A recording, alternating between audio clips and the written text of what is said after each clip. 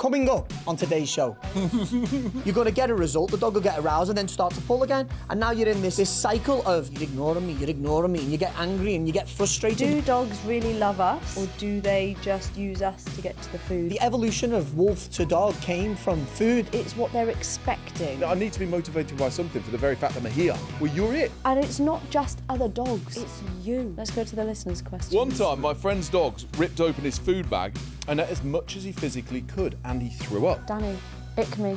People who say my dogs are vegan. Ick me, baby, one more time. Next time I'm wearing the school uniform for you. I'm Dr. Sab Cohen-Hatton. I'm a neuroscientist specialising in animal and human learning mechanisms. I'm Jamie Penrith and I specialise in canine predatory behaviour, and I'm also a former police dog handler. And I'm Danny Wells and I'm a dog trainer that specialises in unwanted behaviour. And every week we sit down to talk about the latest research in canine psychology. And more importantly, how you can apply it to your dog to get to know them a little bit better. Welcome to the Dog Scholar.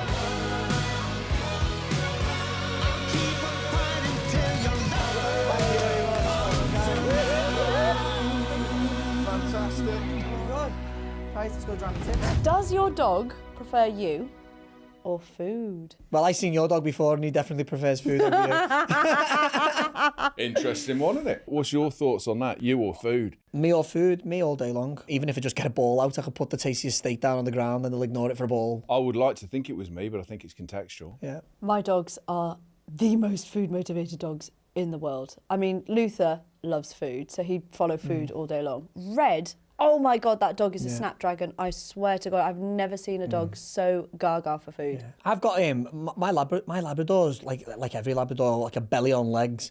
But I think it's like obviously I trained him as a gun dog, and the drive and the association. So what releases that drive, what allows him to indulge in that drive is me. So even with the food there, he still chooses the job over the food. Yeah, I did a video a short while ago for an online thing. Oh yeah, I've seen that. I know where you're going with this. Yeah, it's a similar sort of thing where it's free access to food or access to come and retrieve an article and bring the article back to me to interact with me, and it was me that was beating the food, but it's conditioned associations, isn't it? Yeah, it's conditioned associations. It is preference? totally. And it's naturally thing. dogs choosing food. Yeah, but there's a again, context how thing. food driven is your dog? Some dogs are picky. But based on how dogs react when it's time for a meal or even a treat, it can really seem like food can be the most important thing in the world to them, can't it? Lots of dog training revolves around the use of treats, doesn't it? And the Food journey reward. to what me and what Jay have just described starts with that. Yeah. That obsession with food. Yeah. So it's natural to wonder, do dogs really love us? Or do they just use us to get to the food? What is it that they Or the really resource, prefer? yeah. We know dogs are hypersocial with humans, and their cross-species bonding with us is pretty unique. You don't see that everywhere in the animal kingdom. It's not just their own species that they interact with, it's us as well. Yeah. Unfortunately, for this series, neuroscience gives us an idea of what's happening in your dog's brain when it's interacting with you. Now, one study paired 3 neutral toys that the dog hadn't seen before to predict food, praise and nothing at all. So they took a toy car, a toy horse and a hairbrush, and they paired it with one of these things. So it's a really straightforward, classically conditioned Pavlovian association. So the toy is a stimulus in this Pavlovian association. That's the thing that it's looking at. Sorry, Sam, can we and just it break signals down an what a outcome. Pavlovian association is? Yeah, it's something that you experience that gets linked with an outcome. So the sight of the hairbrush, for example, was signalling a reward. So a was gonna mathematical come. equation of life, hairbrush equals this particular object. Yeah, exactly. Oh, I like that. A mathematical equation of life. There we go. Nice. And I knew there was a reason I was here for something. I'm going to pretend I get it. Yeah. So the dogs had learnt that association, and then they presented these items to the dogs when they were in a brain scanner. And they were looking at the activation in the brain areas that was associated with the value of rewards. It's this part of the brain called the ventral caudate. So that helps you to kind of understand how valuable something is that's going to come. Now, in a whopping 13 out of 15 dogs, that area lit up as much or more for praise from their human as it did for food. And 2 out of the 15 were clearly completely food mad, and they preferred the food to the person. That is interesting, that isn't it? Yeah, there's areas lighting up When you here. think that the evolution of wolf to dog came from food, we selected wolves that were more interested in coming over for food and resource to survive, Yeah. and then we bonded with them and bred from them. It was all based around food, so that is very interesting. And they've evolved alongside us, haven't they? So it just shows you that real value. And now, all dogs, don't get me wrong, all dogs preferred praise or interaction to nothing at all. Yeah. In a follow-on experiment, the dogs could choose between an item that would either get them praise or food, and their individual choices correlated really strongly with the brain activity when they were in the scanner.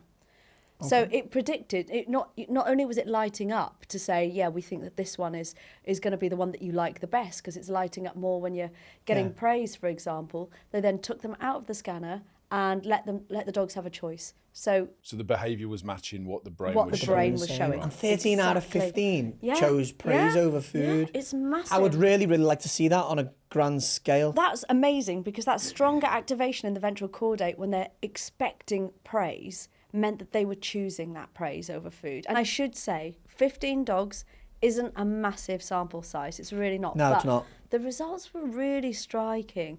And again, that's really relevant for training and learning new behaviours because that gives you the basis of a dog's drive, of a dog's motivation to do something. Now, I said earlier on that this was a really straightforward Pavlovian association. And the greater the value of reward, the stronger that association will be. So it's got a really important basis for how you train your dog to learn something new. And if you think how essential food is for life, you can see how crucially your dog values you. It values that social interaction with you. It's huge. It's little wonder that praise and play can be such a powerful way to train your dog. And it's also why training no two dogs is ever the same. Yeah. You know? Yeah, very interesting. I don't know about you, but when I'm training with dogs and when I'm working with people who are training with dogs, that switch, that transition from food over into what I would call social reinforcement. Okay, the interaction, the praise, the opportunity to engage and interact with the owner as a form of reward is something that I encourage. Very early on, rather than we talked, didn't we, in a previous episode about potential dependency on food and luring and going into bribing and things like that. And I think there's a tendency, perhaps more so these days than there has been, to have this sort of like permanent presence of food as a means to be able to control or influence the behaviour of a dog. And I think perhaps people are losing the importance and the value in using themselves, using that social reinforcement in place of the food. What do you think? I agree exactly with what you said. The only where I differ is when I'm dealing with dogs that have got like showing dangerous behaviour, whether it be aggression towards people or dogs. And they are very aroused, and I try and take away the praise there because we know they can displace that arousal into the very behaviour that we're trying to prevent. But yeah, there's massive value in just bonding with your dog and sharing time with your dog. And as you just said then, every dog is an individual. Some dogs are going to prefer the reward as food or interaction, and understanding your dog is key in this. There's no point trying to go at it tooth and nail with food rewards if your dog's much rather preferring praise. I always say to my clients, pay your dog. In a lot of cases when we high drive dogs, they want a ball. Stop telling them he's a good boy, because the dog just wants to be paid. When you're looking like detection dogs, stroke your dog, the dog just wants the ball, give the dog the ball. But in these cases, if your dog likes that praise, pay your dog. Pay your dog with what he likes to be paid with. I think there's different. Or she. Thank you, Danny. Nice. # gender bias. I think there's different. It's important as well to recognise that there's different ways of delivering the same form of praise, social reinforcement. So if it's recall, again, something we've covered before, if you're recalling your dog, come on, and everything is fast and sort of like exciting. Yeah. Whereas if I was to walk along with a dog who's walking nicely with me on a lead and I was going, good girl, good girl, it would be counterproductive, because as well as the fact that I'd probably get locked up. Whereas I might tone that down and good girl. And again, it's what's matching what you're teaching. When you're teaching a recall, you want the dog as fast as possible to get from point B back to point A. So you're going to start tapping into that predatory instinct. You're going to make high-pitched noises which arouse the dog. You're also going to probably be running back quite quickly, encouraging the dog to tap into that predatory instinct and want to chase. So it's horses for courses. Yeah, absolutely. It does show you, though, this study, just how important that quality interaction is with your dog. The value that they're placing on social interaction. It's not enough just to coexist with them, is it? This is a really intrinsically important, valuable thing. They place their relationship with us above almost everything else. It is phenomenal. They've evolved alongside us. We play a really key part in their existence. Yeah, some dogs are going to probably produce more of this than others. Yeah. So treating the dog as an individual is going to be very important, because if you're trying to force an interaction with a dog that's, let's say, a little bit more aloof in character, you're probably going to be more of an annoyance. However, if you've just had one of them dogs and now you've got a dog that really appreciates social interaction and you're treating it like that dog, then you're missing out on time to bond and build the vital relationship that all your training and living coexistence with that dog is going to depend on. That's really true. And they are a social species, even within their own group, they're a social species. So it would make sense, wouldn't it, to sort of like, you're the bringer of things, you're the person who I've come to not necessarily Fetch depend human. upon 100%. But you're my chauffeur, my cook, who's my trained who? medic, my whatever. But you're the person that is, I see, to be intrinsically linked to all of these things. It would make sense that I consider interaction with you, that I want you to see me as being a valuable member of our group. Do you know what I mean? Above me just thinking my belly. Do you know what I mean? You provide that stuff. I've learned that you provide that stuff. Again, let's remember there's 13 million dogs in the country. This was done on 15. Don't run away thinking, all I have to do is stroke my dog and be friendly, because there are some dogs that will find no value in that. Yeah. You're gonna have to see what does your dog prefer. Yeah. We've got many. I had a dog in not long ago doing search work. He wanted to be a search dog. That dog will look for anything for food, but not interested in a tennis ball. And I said, it's just not going to work for you. You're going to be on, possible football stadiums with hot dogs, chips, everything all over the floor. Yeah. Your dog's not going to search for that. He's just going to be looking for food. Do you know what I mean? Yeah. How hungry were those dogs? And what food was And it? what food was it? Yeah. Well, if it was my cooking, they'd have gone for the person every time. Yeah.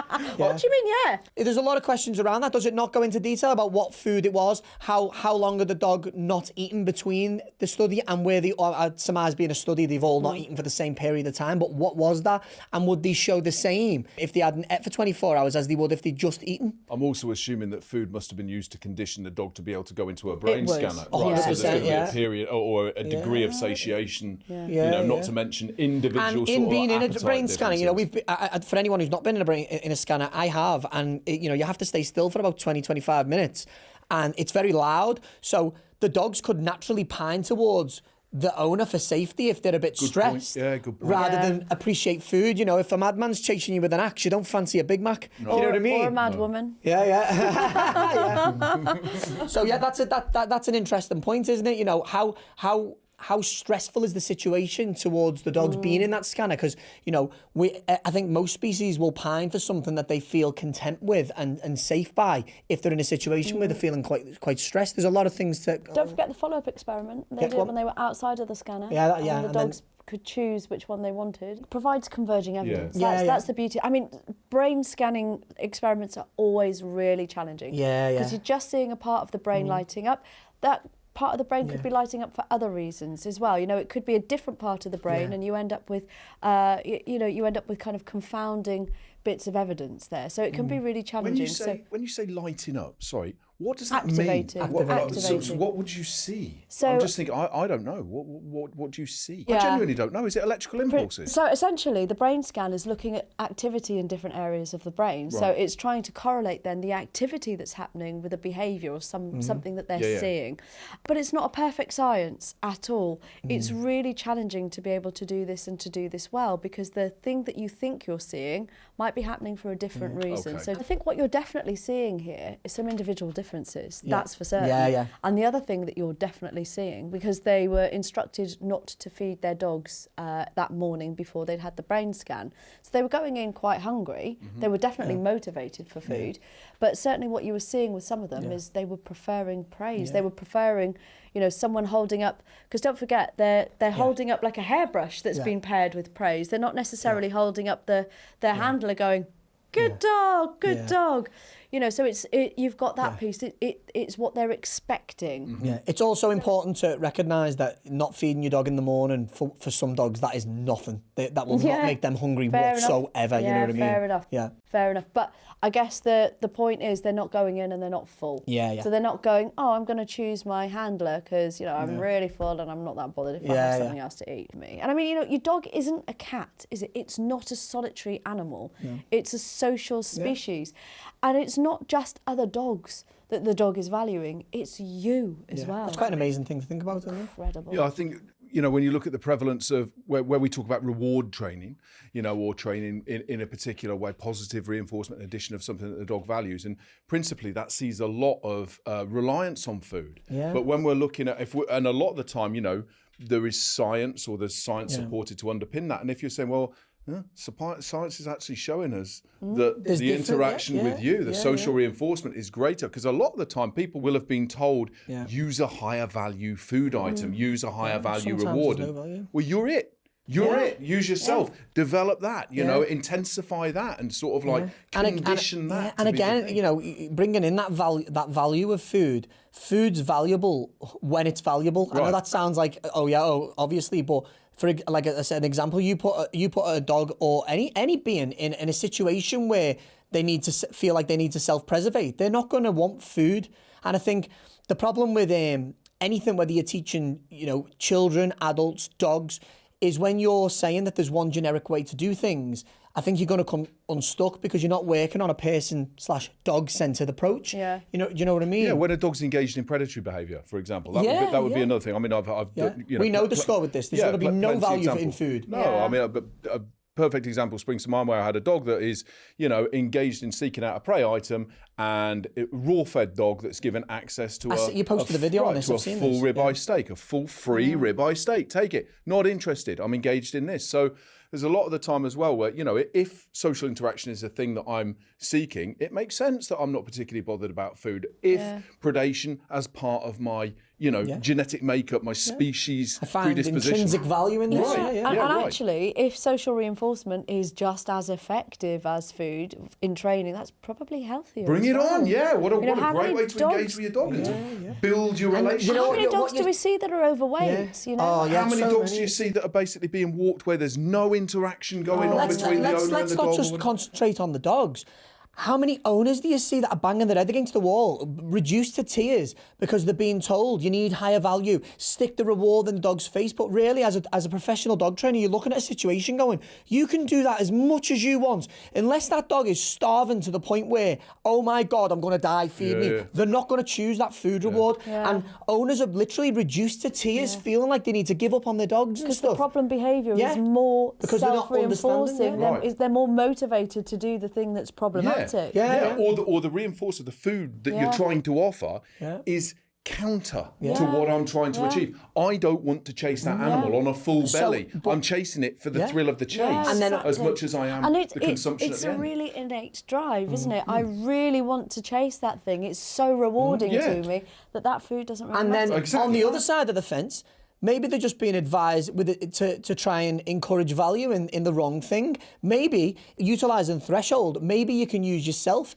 as the primary reinforcer. Utilising They want that. threshold being- But if you put yourself in motion, the dog's going to get a little bit of that prey drive in that as well. Obviously, there's levels to it. Just explain threshold for people who might not know Yeah, what so, that is. oh God, it's very difficult to explain that, isn't it? Okay, yeah. So Try explaining brain scanning. sometimes you come across words that you use every day, you know how to implement them, but when someone says define It's a them, you're like, limit, isn't it? It's, Yeah. it's a limit where you Yeah, so threshold is just a limit to how extensive is the arousal towards something or the need to self-preservate. Yeah. So if you're dealing with predation and you have a dog that's 20 metres away and whatever it's predating on runs, they're going to be a lot less likely and encouraged to chase than if you're 200 metres away. Right. So you might want to start your training at 200 metres away and gradually build an understanding and get closer and closer. Yeah, and the Moving threshold your being threshold. Yeah, there. the threshold being the moving closer to the trigger. The problem with that is that, and a lot of the time in a contrived training scenario, that's absolutely fine. But in reality, yeah. life doesn't care about your No, thresholds. life doesn't care about your threshold. So at which point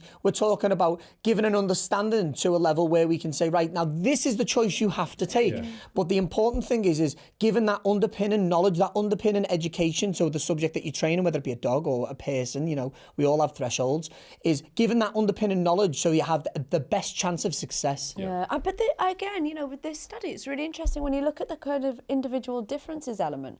I mean, if you could really bottle that, then you can think about dogs with jobs and how different dogs, personality-wise, might be suited to different jobs. A dog with a high preference for a social reward might be better suited for something like a therapeutic or an assistance dog role, whereas a dog with a higher preference for food might be better for something that's, you know, that involves less interaction, that's more independent, like search and rescue or detection, for example, you know? So, well, yeah, maybe searching for medical conditions. Yeah, you know, yeah, that's going to be a yeah. sterile environment. There's not going to be competing motivators. If you think about, you know, search and rescue, your dog might be, you know, find some food when they're supposed to be searching, and that might choose that from there. You know, Flint likes water, maybe. I'll train him to be a plumber. I could imagine that, actually, Flint walking around with a plunger. Yeah. Would you dress him like Super Mario as well? Would you I go think the full hug? I think he'd make a mean Mario. Yeah. Liz Squidgy. Oh, you'd have to do that for Halloween, dress him up as Luigi. Yeah, imagine. You could be Mario, he could I'll be be one of them Luigi. people, won't I? I like that. I like the fact, not just because of the sort of like a confirmation bias aspect of it that I've got no control over. Sorry, no, but you know, I think it's the nice. Everyone likes to be right. But it's a Everyone likes nice to sort be of right. like percentage, isn't it, of dogs that are choosing the interaction with the owner. Yeah. There's nothing sort of like, even though it's a small sample size, but there's nothing. I think particularly one thing that questionable. we've picked up on through every episode we've filmed here is there's gaps to further this understanding. I think it's important that, you know, more practical dog trainers are involved in this kind of thing, and that is how we're truly going to push forward with, you know, some pretty groundbreaking finds on how our dogs are thinking, feeling, and interacting. It's a bit more pracademic, isn't it? Yeah, pracademic, Do you see? yeah. Do you see? We'll coin that. What you need is somebody doing research with some dog trainers. Oh, yeah. Where could that be happening? Yeah, there we go. Stupid idea would never catch on. Dear listeners, for those of you that don't know, we're currently doing some dog-related research together. Yes, we are. So hold on to your collars. We'll be right back after the break.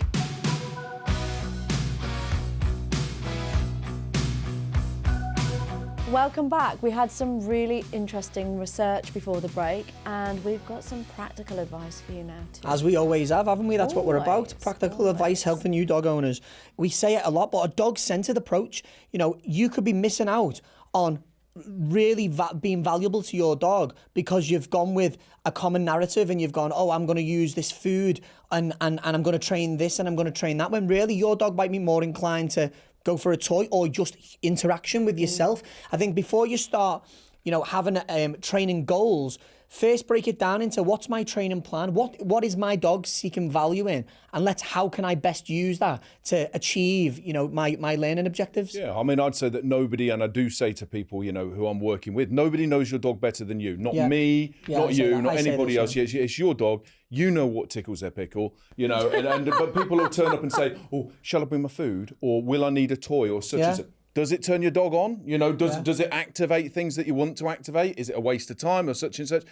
You tell me, or if you're not sure, let's see, because every single one's an individual, and no dog is motivated by nothing. Yeah. You know, even though there are some where undoubtedly there'll be people somewhere, you know, I think teenagers are motivated by nothing. Doing nothing. The idea of doing nothing is something that my 13-year-old really gets into. But not certainly that not my thing. dogs. No, but there'll be people that turn around and say, well, my dog is, you know, nothing, you know, glancing over to their dog and saying, well, you're not switched on by much, but they all are, you know. I need to be motivated by something for the very fact that I'm here, you know, and that I'm carrying on. So there's ways to manipulate and to use things that your dog values to increase the value in them, you know, you know, even setting up environments so that your dog's more likely to do specific behaviours, you know, and help.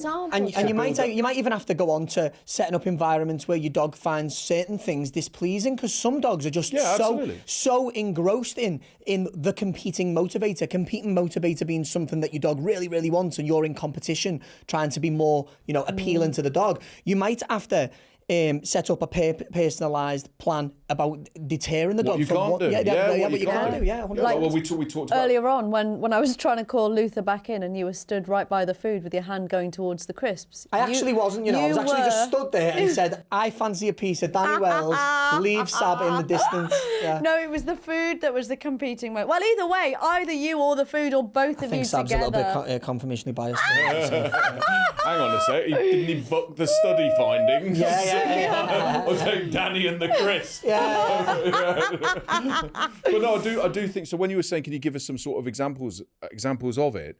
You know, you can use food. When I was saying about food delivery earlier on, you can deliver food in multiple different ways. You can Uber Eats, you got Deliveroo. Not in Devon, you haven't. Not in my part. But you've got ways to bring your interaction into that. The same with toys. The same with praise. You know, the same whatever it happens to be. You know, even water. You know, even sort of like anything that you can sort of like bring it in a way that it can be exciting or it can be better. And how can people do that practically? How can people do that practically?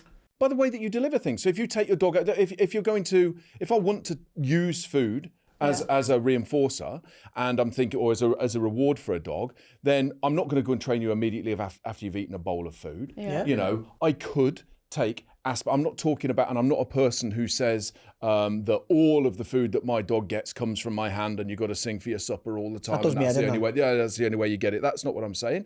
But there's no harm in perhaps skipping a meal. But not actually skipping the meal, but taking that meal or a better version of distributing it throughout the training and session. using it as training and still giving them access to their bowl of food. Well, that's quite good for not having additional calories and not getting a fat dog toys, at the end if you think I was just going to say, you know, again, looking at predatory sequence and how that switches a lot of dogs on, you know, is to chase after something. Well, the way that I deliver a toy, I can mimic that. In some way, you know, I can bring that toy alive. Plenty of people have got like a puppet. You go, hey, I'm little. That's it, yeah. Look at me. Glove puppets. All people get yourself a glove puppet.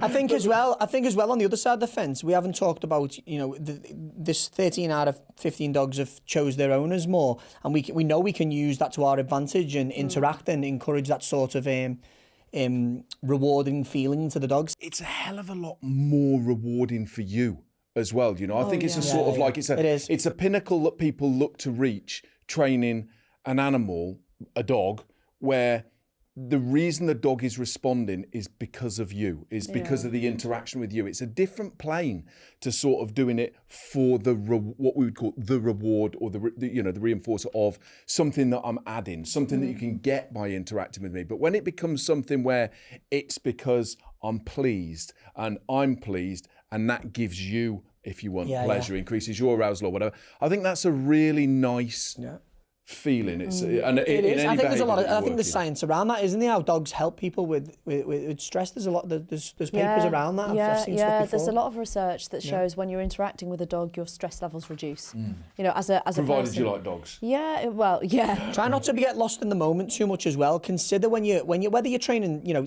sit for biscuits, sit for affection, or you're dealing with predation. What is the learning outcome you're trying to achieve? Don't get lost in the moment of this is a fun feeling for both me and the dog. There's still in certain, especially predation, you know, most, you know, instances of predation happen when dogs are away from owners, not only sometimes on leads, but, you know, on their own or they've escaped. Yeah. So consider, you know, we're having fun, but is there a learning objective that's getting achieved here? Are we making progress? And if you're not, then you need to reevaluate what you're doing. Even just the way in which you deliver yourself, you know, the praise that you give, fast, repetitive, high-pitched, excitable delivery of praise can encourage activation, interaction, You're given a number of rewards in one. Yeah. Whereas delivering the same thing in a slower, softer, steadier tone increases a steadier, slower response. So me walking along and using the wrong delivery for a particular behaviour can result in problems in that behaviour 100%, that I can avoid. Do you agree? Yeah. It's absolute strategy. And let me make another point as well. That's such a good point that Jamie's just made, because when people confuse this builds frustration, and this is where you're more likely to displace that frustration in your dog. For example, I could see your eyeball on your side and I knew you were thinking of the heel position there. You wouldn't want to be getting him all aroused when you're first teaching it, because what's going to happen is you're going to get a result, the dog will get aroused and then start to pull again. And now you're in this cycle of you're ignoring me, and you get angry and you get frustrated. You want to make dog training fun. It can be much more fun than people realise. And just implementing that concept can alleviate a lot of stress around it. So I know that we've touched on it before, but there's times when, you know, I've been training dogs with intensive training programs, and I know that Danny and his team have done intensive training programs with dogs as well, where how can I train a dog that I don't feel a connection with? And equally, how can I get the best from that dog in terms of its responses towards me and towards what I'm asking from it, if I'm not nurturing that mutual sort of like symbiosis, if you like, that agreement between the two of us at a sub, conditioning level, where it's more like, I like being with this dog, I like being with this person, and developing that so you can go on and use and the that first stage of that is just a little bit of curiosity. I just want to see the dog. What's he about? Where's he going? You start to see that develop, like doing what you just said. I've been out. I remember being out and sitting on a step at about 10:30, 11 o'clock at night. It was dark with just a security light coming over. It was outside a shed. Had you forgotten your key? And I thought, I'm going to rob the place, but the owner's turned up and it's full of police out on the street, so I'm going to hide it. No, but I'm sat on the step and I have the dog on, I don't know the dogs who, the dog's on a long line, and literally I just sat, that formed part of my training. I sat there, and I would do similar things as well, but I sat there and did nothing. And I didn't encourage the dog, and I wouldn't try and encourage the dog. I just waited until, like you say, curiosity got the better of the dog. And the dog comes over and himself, it was a him in this situation, chooses to sort of like, what's this guy about? Do you know what I mean? And chooses to sit, at which point I can begin to just calmly interact with you and develop that sort of like relationship. Anybody who works in rescue, who's working with dogs in rescue will appreciate this in trying to develop and nurture that relationship so that you can use it. I never forget the first time you met Luther, and that was your strategy. Luther generally doesn't like people. He generally doesn't like anyone else. And we were sat there for ages, and by the end of like the hour or whatever, he was kind of like snuggled up to you, wasn't he? But he didn't force the interaction. I didn't do anything. But he did bribe him with a sausage when I was in the toilet. That was at the end. But I just, it's just that is exactly what, if if Luther I'd taken Luther as my dog or whatever, that's what I'd do with a dog like that. And it's worth making a point that, Luther would never have done that once upon a time. And Luther today now is running around the studio with the producers. Lucy's he's fine, you know what I mean? These sorts of strategies, they work. Yeah, they work. really do. In conjunction in a multifaceted programme, obviously. It is a fundamental. The message I'm getting is, there's help out there. There is help out there. Do not think that you're on your own if you're struggling with your dog. Absolutely. Let's go to the listeners' questions. You want some listeners' questions? Yes, you please. can't handle the listeners' questions. Question number one. I'm going to start at the beginning. Oh, yeah. Wonderful place to start. Number It's a wonderful place. I'm so glad you can count. One time, my friend's dogs ripped open his food bag and ate as much as he physically could, and he threw up. Why do some dogs do this where there are other dogs that are perfectly okay snacking from their food bowl throughout the day instead of instantly eating everything in sight? That's a good question. It is a good question. And I think it's a lot simpler answer than you'd anticipate. Dogs, like people, are different. Some dogs are more, drawn towards food, absolute gannets. You're talking your retriever breeds are going to be more likely to be like that. Just as an aside, really, why is that? Why do you think that is? I think it's selective breeding. They were bred. Wolf down food. Why are they? Why do people think labs are greedy pigs? They'll do anything for food or whatever. I've got a dog that's a complete gannet. So Red is probably the most food motivated dog I've ever seen in my life. Literally, we nickname her the Snap Dragon because as soon as there's food in front of her, she literally snaps it up like a dragon, and she's well fed. I haven't got much dragon experience myself. I can't relate to this. Well, I'll bring Red along next time, and then you definitely will. I swear to, she even makes noises like a dragon, right? Like really. She breathe fire. I think she might. Look at her. She looks like a dragon. She even looks like a dragon. Pointy ears, but she'll have her normal meals. She's well fed. She's eating the appropriate amount. She's definitely not hungry. But then as soon as food is presented, it's like primal with her. She's got to eat it up. But the other thing with this question that's quite interesting is, why are some dogs perfectly okay with snacking from their food bowl throughout the day? Actually, it's not a great idea to leave your food bowl out. It sounds like the dog's probably eating too much, and that's why it's just snacking and grazing. So we're going to sum up on that one by saying we don't actually know. we don't know, but what we will say is what we can say is, which is very important, if you acknowledge that your dog is that type of dog that will literally eat itself to death, that comes with a level of responsibility. Make sure that you're catering the environment and not leaving things around, chicken carcasses, raisins, chocolate, grapes, onions, these are all harmful and poisonous to dogs. Your dog will consume anything if you've got a dog like that, so just take air of caution. Yeah. Okay, question 2. I've heard before that it's more effective to reward dogs with treats only some of the time when you're training them, instead of every single time. Apparently, the scarcity makes it more likely that they'll obey. There's a word that's taboo, innit? Is that true? Obey. Is that true? And is it a good idea?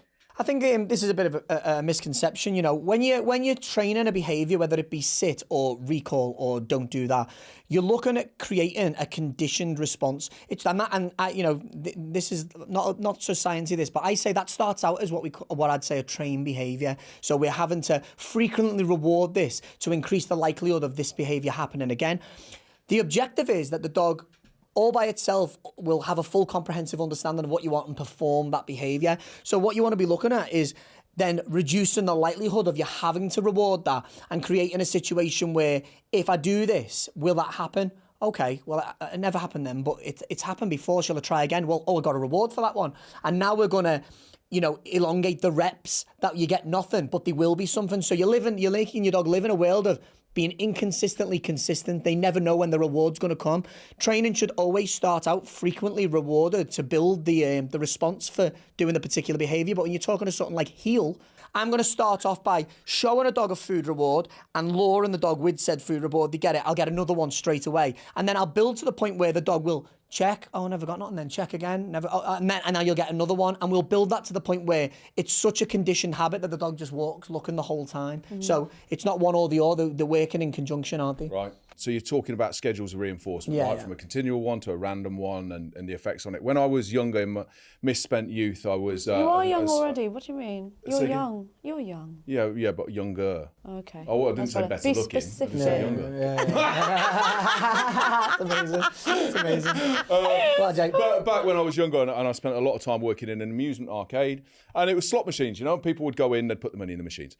And I can tell you now that if people were to put their money in the machine and I put 10 pence in and I get 11 pence out consistently, every single time I put 10 pence in, very quickly the people get bored. Yeah. The reward payouts, although they are consistent and predictable, are very, very, which is why you have jackpots and why you have varying rewards on there.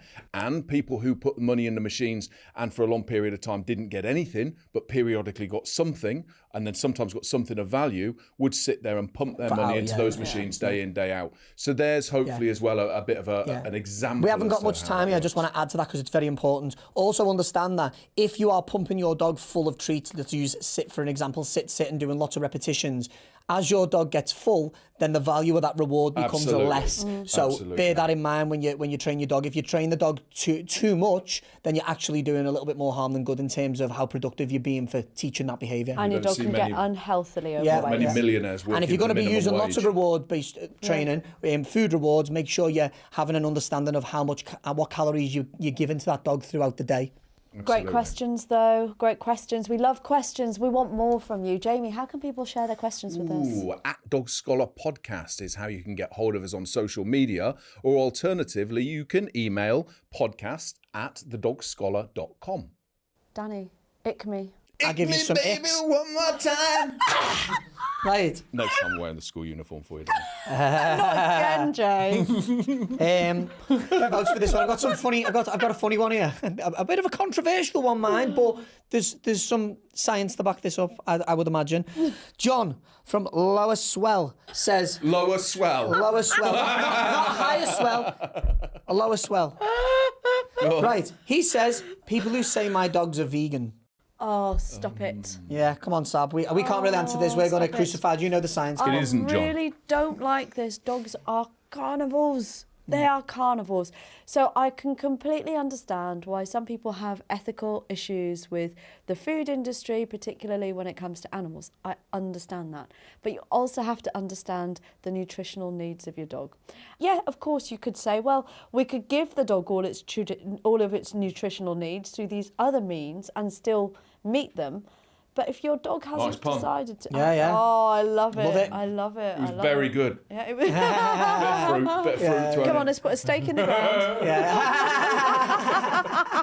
So dogs aren't vegan? No. Dogs no, are not they shouldn't vegan. be. And I mean, you know, you only have to see some of the videos over social media. You can see there's thousands of them where my dog's this and that, and they put a steak there and salad, and the dog's always going to go to the steak. But if my dog's a carnivore, why will it go and pick blackberries out of bushes? Why will Yeah, it nick well, they apples will off trees? graze. Why They will will it do- graze, I suppose. Would you say? And they eat grass. Yeah. Why do they eat grass? Why do they, you know, why will they eat such and such? The more, would you say the more omnivore now? What would you say? Well, dogs are opportunistic carnivores. They will predominantly eat meat, but of course they will also eat other foods as well. Predominantly meat, but they will Predominantly graze, won't they? Scavengers. Yeah, scavengers, yeah. Yeah, indeed. Okay, and lastly, we've got Sarah from Netherthong.